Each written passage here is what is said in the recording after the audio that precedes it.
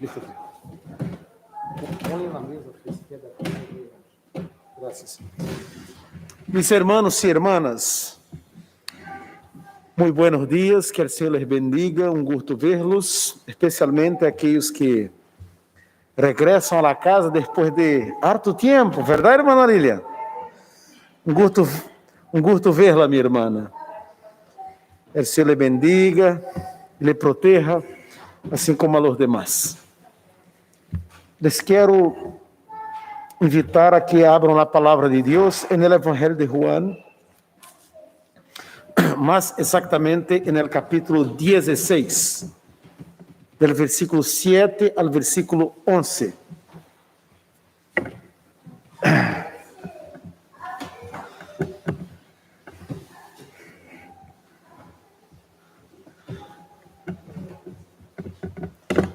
Evangelho de Juan, capítulo 16, do versículo 7 ao versículo 11.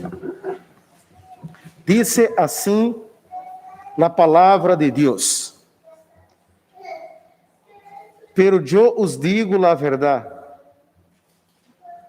os conviene que yo me vaya, porque se não me fuere, el Consolador não vendrá a vosotros. Mas se me fuere, se lo enviarei. E quando ele venga, convencerá al mundo de pecado, de justiça e de juízo. De pecado, por quanto não creem em mim. De justiça, por quanto vou ao Padre e não me vereis mais. E de juízo, por quanto o príncipe deste mundo ha sido já juzgado.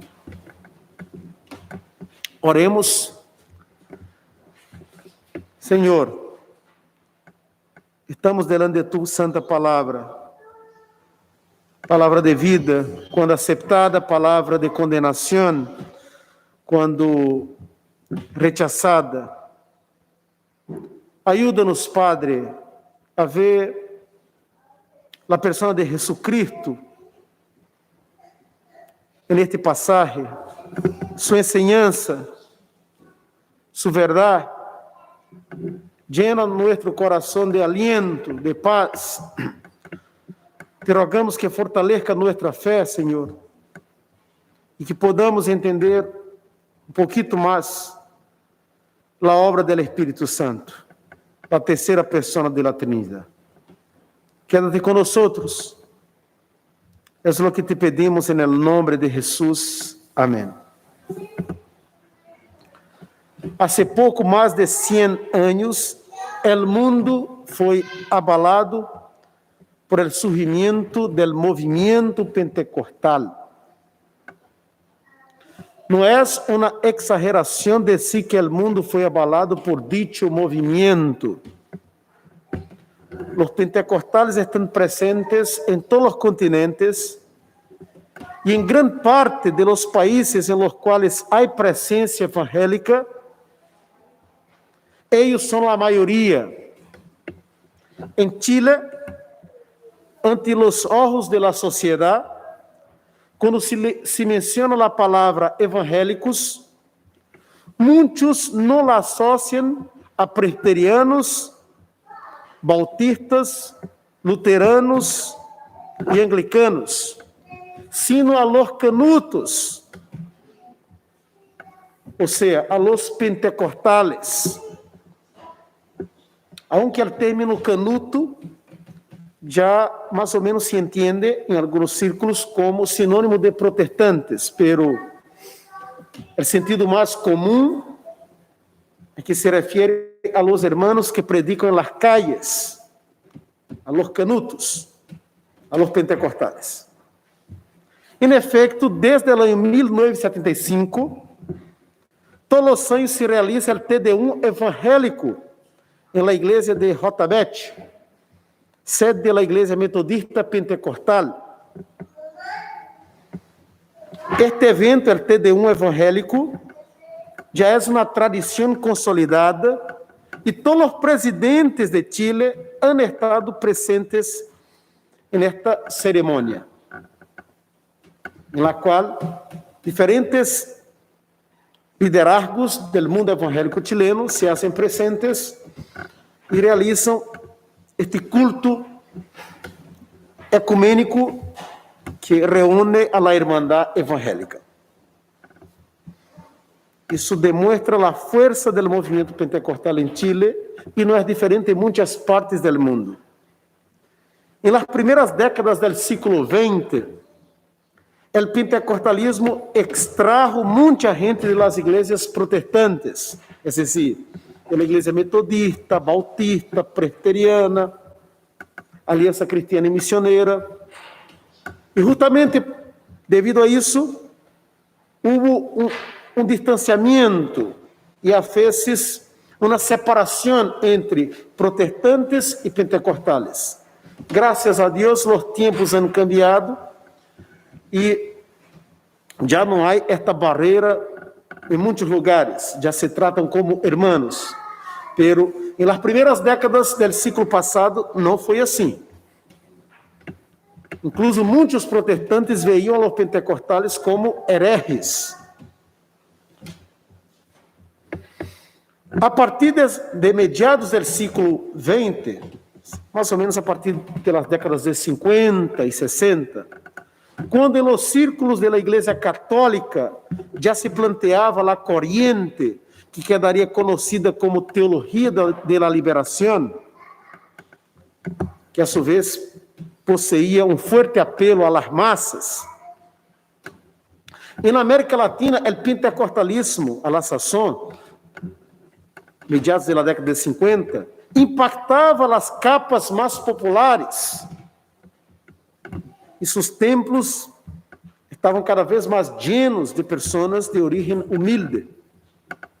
A respeito desse fenômeno do movimento, do crescimento do movimento pentecostal, o sociólogo inglês Paul Freston declarou: se a Igreja Católica optou por los pobres optaram por el pentecostalismo.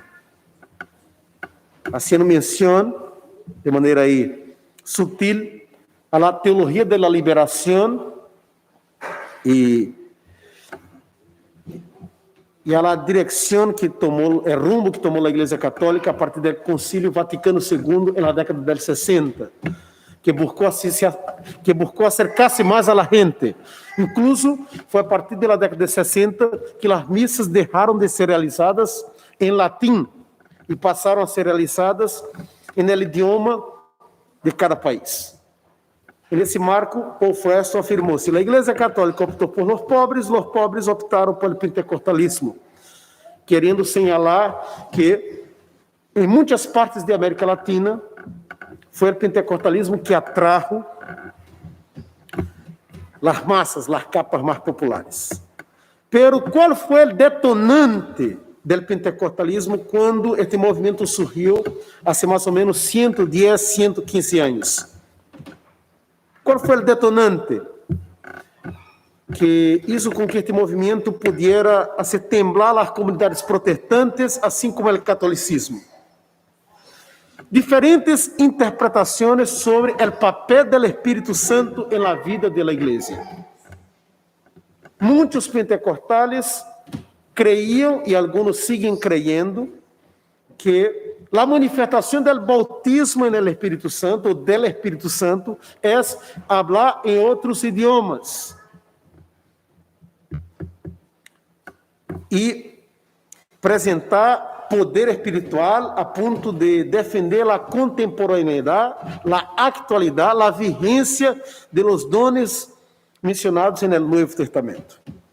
Assim que diferentes visões sobre a obra, o ministério do Espírito Santo, foi basicamente o detonante que resultou no movimento, no surgimento do movimento pentecostal e da pérdida de muitos fieles que saíram das igrejas protestantes para constituir as igrejas pentecostales. A discussão em torno da obra da terceira pessoa da Trinidade conllevou a uma grande controvérsia e divisão. Todas as denominações se dividieron a raíz de esta controvérsia. Lo que é lamentável, porque o Espírito Santo é Deus, e Deus não promove a desunião de seu povo. Assim que, se sucedeu divisão, separação, por supuesto, isso não foi obra do Espírito Santo, isso foi obra de los seres humanos. De hecho, quando prestamos atenção ao relato de Juan em seu Evangelho, com respeito ao Espírito Santo, notamos como a obra do Espírito Santo se harmoniza com a vontade do Padre e do Hijo.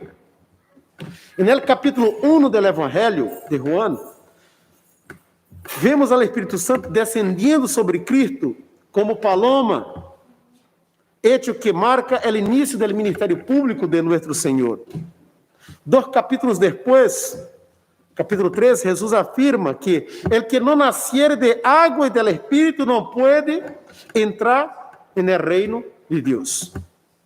A su vez, no capítulo 7, Cristo declara: el que crê em mim, como diz a Escritura, de su interior correrão rios de água viva. Al que Juan, o autor do Evangelho, agrega: esto dijo del Espírito que haviam de receber los que creyesen en él.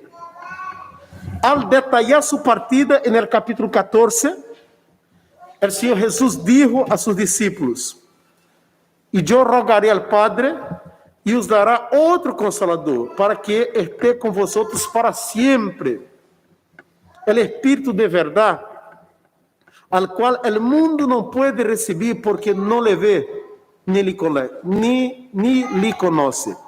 Pero vosotros le conocéis porque mora com vosotros e estará em vosotros. Interessante o que Jesus disse. Porque mora com vosotros e, em outro sentido, estará em vosotros. Pois bem, no capítulo 16, del qual leímos alguns versículos, Jesus entrega mais informação sobre o Consolador, sobre a terceira persona de la Trinidad. Uma das coisas que o Senhor aclara é sobre o ministério do Espírito Santo, sobre sua obra, como ele trabalha, que hace. É sobre isso que vamos aprender hoje.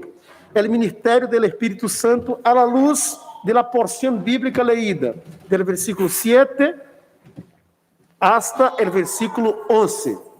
Qual é o ministério do Espírito Santo? Vemos acá de maneira muito clara que o Espírito Santo convence de pecado, de justiça e de juízo.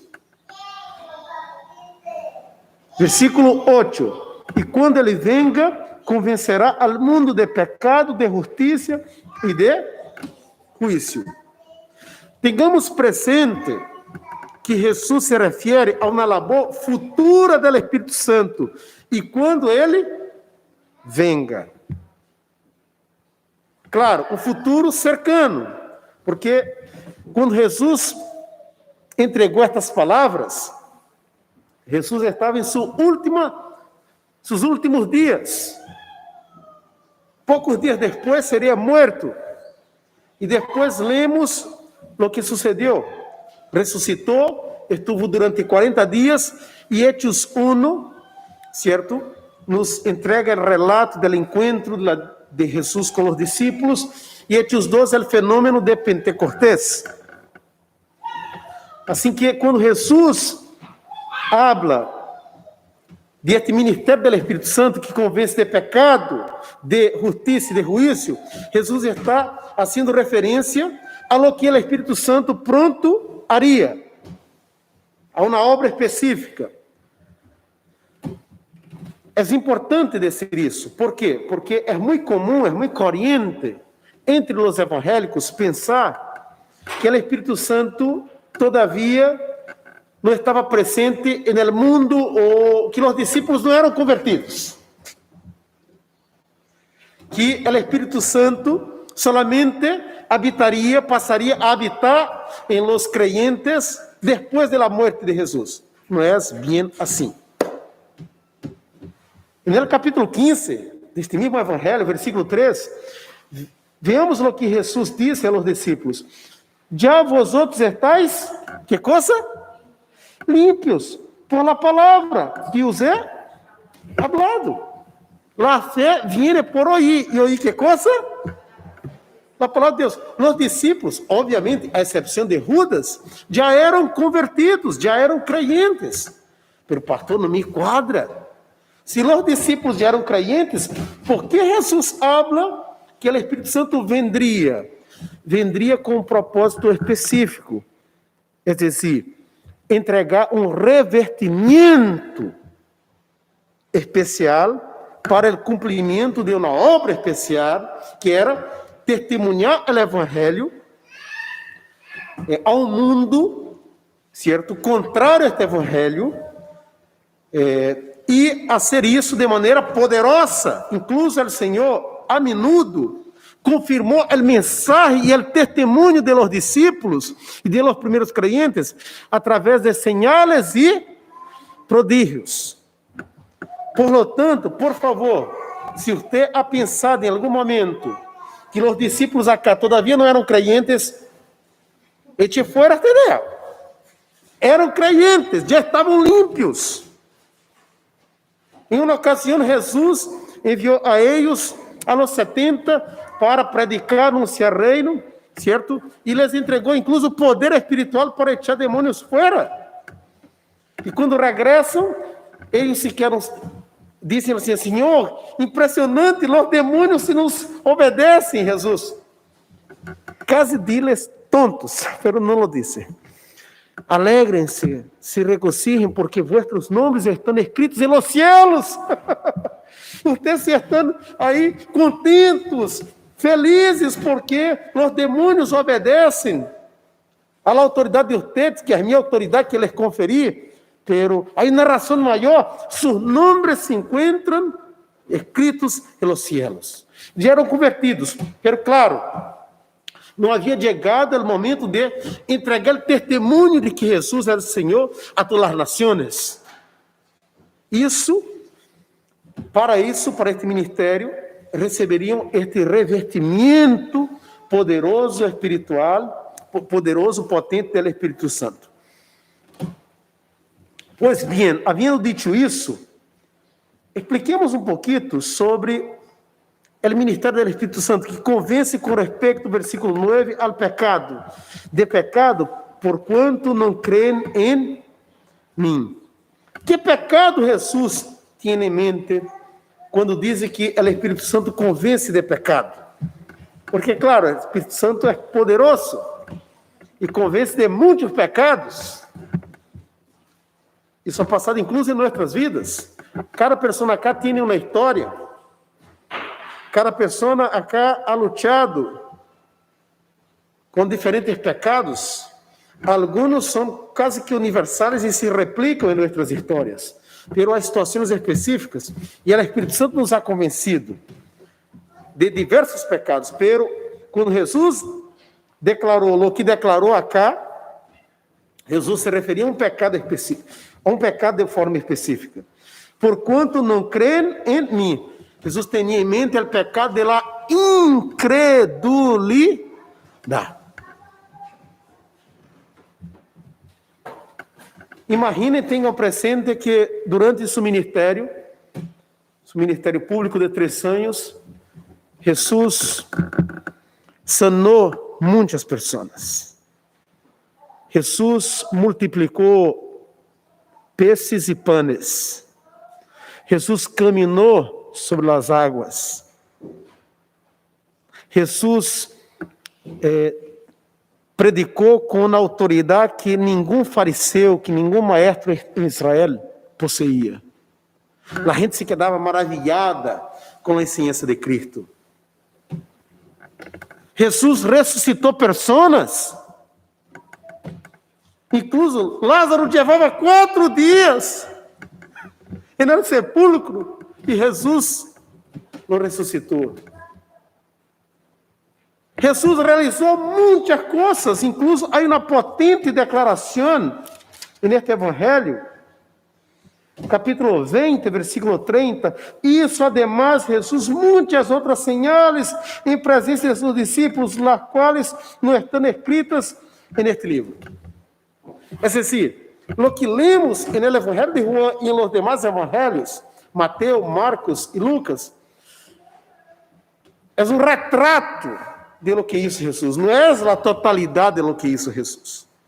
Aún así, pocos fueron los que creyeron en Cristo. Solamente el Espíritu Santo puede convencer de pecado. Solamente el Espíritu Santo puede transformar un corazón de piedra en carne. Solamente el Espíritu Santo puede sacar, no sé, la venda de los ojos, para que uno pueda ver a luz de Cristo. Um exemplo, entre vários outros que poderiam ser mencionados, mas me parece que é um exemplo muito eloquente, é o de um homem chamado Saulo. ¿Lo ubica? Fariseu. Judío de sangre pura, enemigo de los cristianos, consentiu en la muerte de Esteban, se apresentou ao sacerdote para ter autorização para ir a perseguir a los cristianos em outras partes. E quando ia hacia Damasco, o Senhor se manifestou a Saulo, hizo um milagre em sua vida e lhe convenceu de seu pecado de incredulidade. Hizo de Saulo um missionário internacional, um predicador poderoso do Evangelho. Convenceu a Saulo de sua incredulidade e o salvou. Solamente o Espírito Santo é capaz de fazer este milagre. As pessoas não são convertidas por causa ou a raiz do sermão del pastor. O tema não tem que ver com o acento ou com a fluidez da língua espanhola, aunque seja muito melhor escutar um sermão com espanhol perfeito. As pessoas não são convertidas devido à beleza de um templo ou à sencillez de um templo. As pessoas não são convertidas porque a igreja tem uma história hermosa. As pessoas são convertidas por obra da graça de Deus que é aplicada através do Espírito Santo. Amém? O Espírito Santo, además de convencer com respeito ao pecado, convence com respeito à justiça, versículo 10. De justiça, porquanto vou ao Padre e não me vereis mais. Qual é a justiça que Cristo tem em mente acá? É interessante que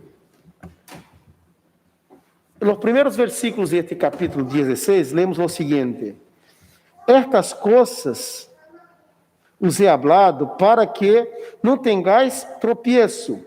Os expulsarão de las sinagogas, e aún viene a hora quando qualquer que os mate pensará que rinde serviço a Deus.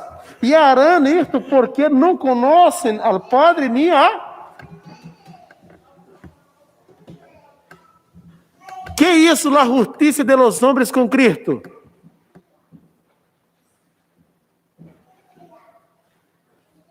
Lo crucificaram.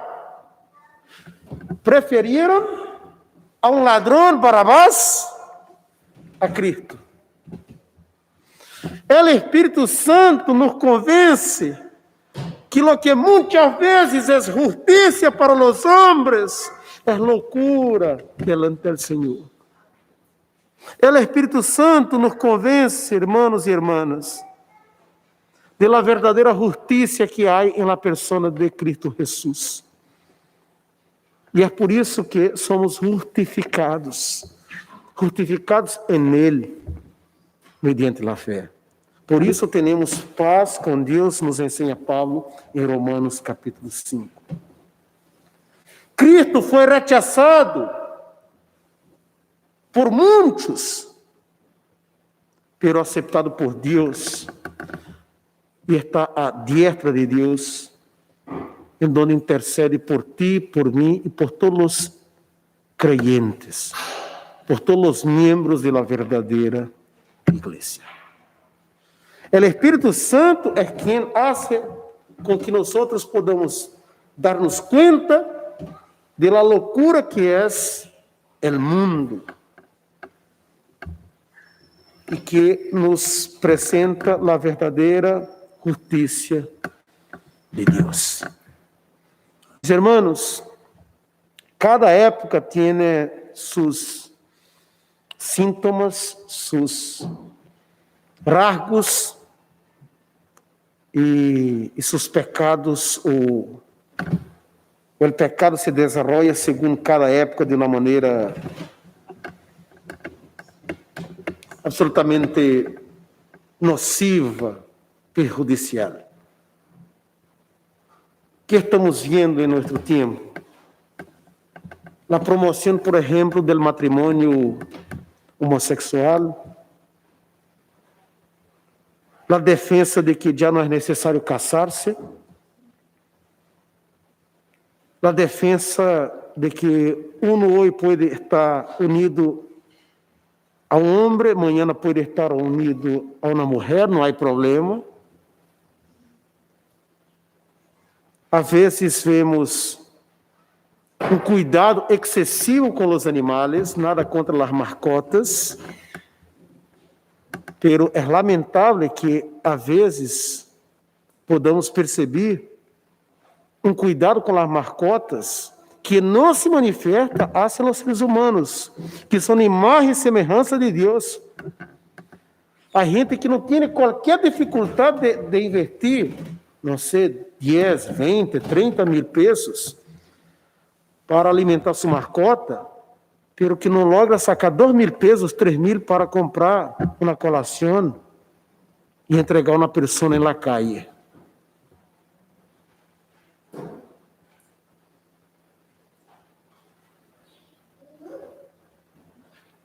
Outro absurdo de nossa época é a ideia de que os padres já não podem dizer a los niños, a seus filhos, o que é correto e o que é errado ou malo. Por quê?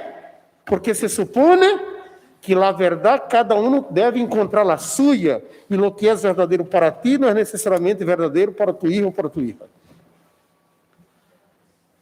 O mundo volcou. Solamente o Espírito Santo é capaz de convencer a las pessoas de que este mundo está perdido e empeorando cada vez mais. Que o Senhor vuelva luego, hermanos e irmãs, e nos proteja, porque os dias são malos. É necessário redimir o tempo. La justicia de los hombres crucificó a Cristo, pero lo que los hombres hicieron de mal, Dios transformó isso em bendição para muitos. E é por isso que estamos aqui como creyentes, como adoradores do Senhor. Pero finalmente, además de convencer com respeito ao pecado, neste caso específico, o pecado da incredulidade, convence com respeito à justiça de Deus, que é diferente da justiça de los hombres. Quase sempre. O Espírito Santo também convence com respeito ao juízo, versículo 11. E de juízo, por quanto o príncipe deste mundo ha sido já juzgado. é muito importante entender a que Jesus se refere acá. Tenha presente o seguinte: desde Gênesis 3, hace tempo, verdade? Hace rato. Hasta la muerte de Cristo, Satanás estuvo suelto en el mundo. Para usar a expressão de Juan em Apocalipse 20, enganando a las naciones. E por isso nós vemos no Antigo Testamento, durante a antiga época, era o Testamento, basicamente os judíos, o único povo que recebia uma porção de luz, de graça especial, foi o povo judío. E a salvação de pessoas de outras nações se deu através do contato com judíos. É o que vemos no Antigo Testamento. Raab, a meretriz, certo?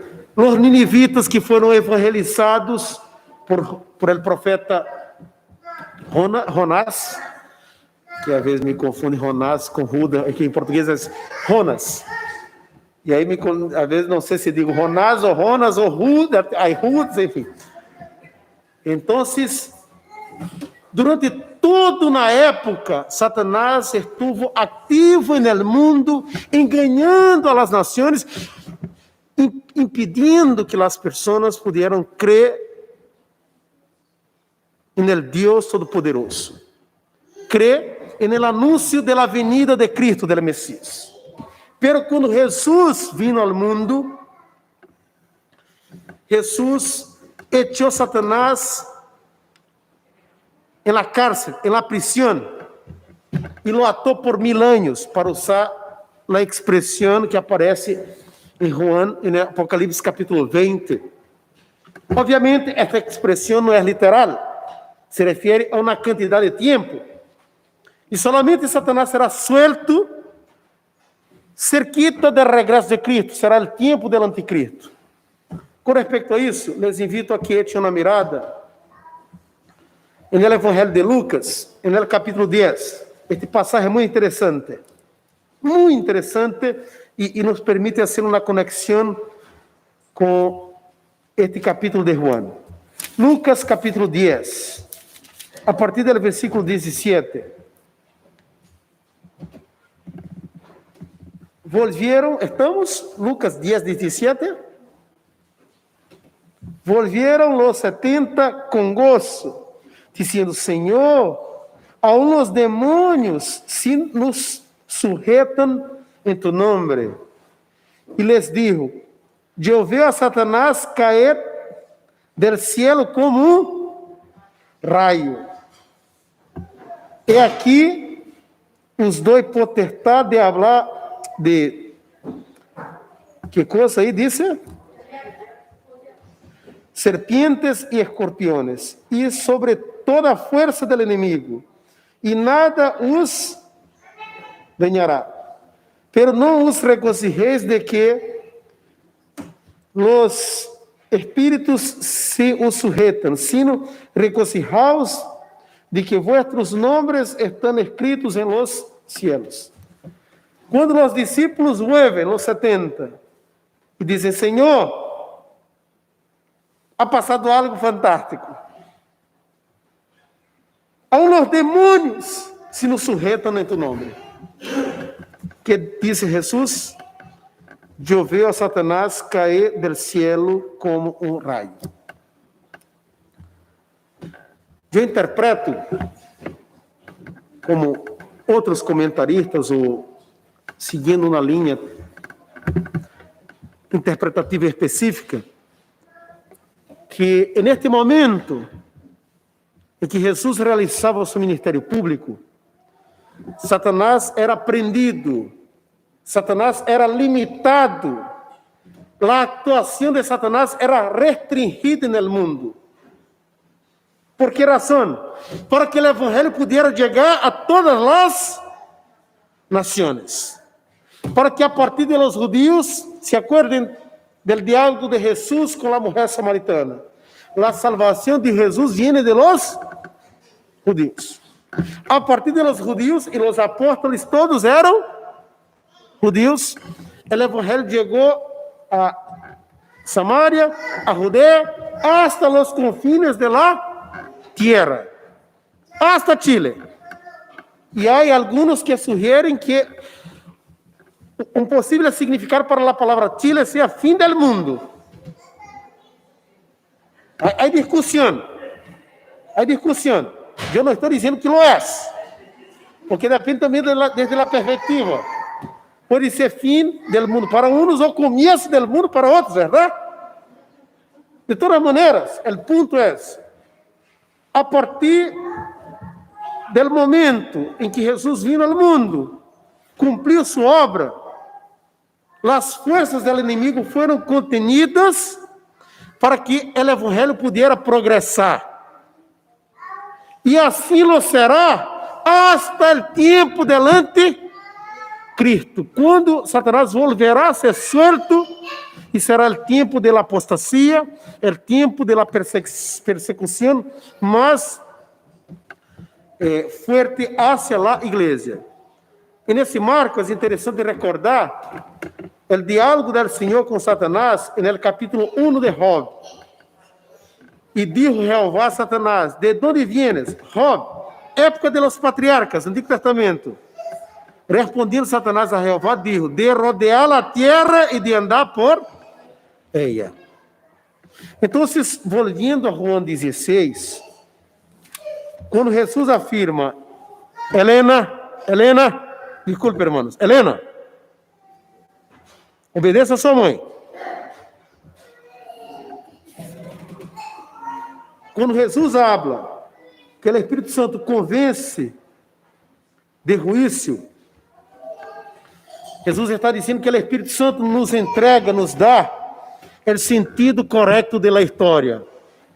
Você e eu não somos governados por la casualidade.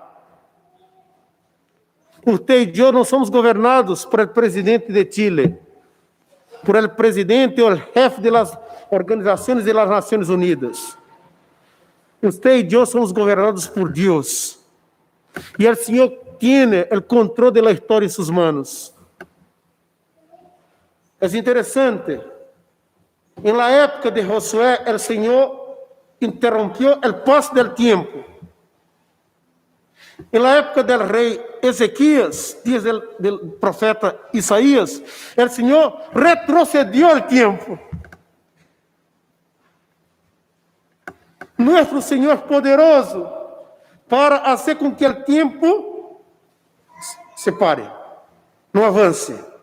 É poderoso para fazer o tempo retroceder. Este mesmo Senhor garantiza a ti e a mim que o mundo não vai terminar por meio de uma terceira guerra mundial. O mundo não vai terminar com um novo dilúvio. O mundo não vai terminar porque uma nação ou grupo se vai levantar em contra de outro. Porque vendrá um vírus mais potente que este que está.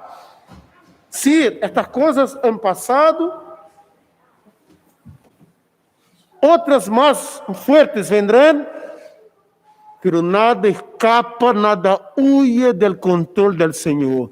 Hasta que el Senhor vuelva. Hasta que el Senhor venga. Quando partimos el pão e tomamos a copa, celebramos a morte de Cristo e anunciamos hasta que o Senhor venga. O Espírito Santo nos convence de juízo, de que um dia Jesus volverá para cumprir a obra que ele iniciou. E neste caso, para juzgar o mundo. Será o dia final da história. Pois bem, meus irmãos e irmãs, à luz desse passagem, o ministério do Espírito Santo convence de pecado, convence de justiça, convence de juízo. Lo que vemos aqui, neste templo, hoje, neste momento, é a evidência do ministério do Espírito Santo. Por quê? Os que estão acá han sido convencidos de pecado, de justiça e del juízo. E estão acá adorando a Deus, porque creem que Jesus é o Senhor da história.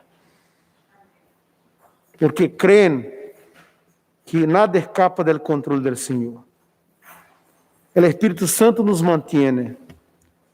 Busquemos sua llanura. Busquemos ser controlados por el Espírito Santo.